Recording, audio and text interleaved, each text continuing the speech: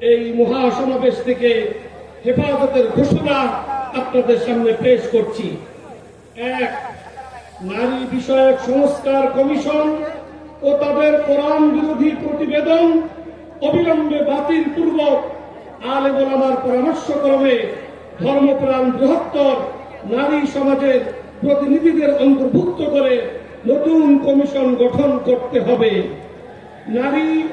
নারীর সামাজিক উন্নয়নে পশ্চিমা মূল্যবোধ নয়, বরং আমাদের নিজস্ব সামাজিক ও ধর্মীয় মূল্যবোধ, ইতিহাস ও ঐতিহ্যের আলোকেই বাস্তবমুখী সংস্কারের দিকে যেতে হবে।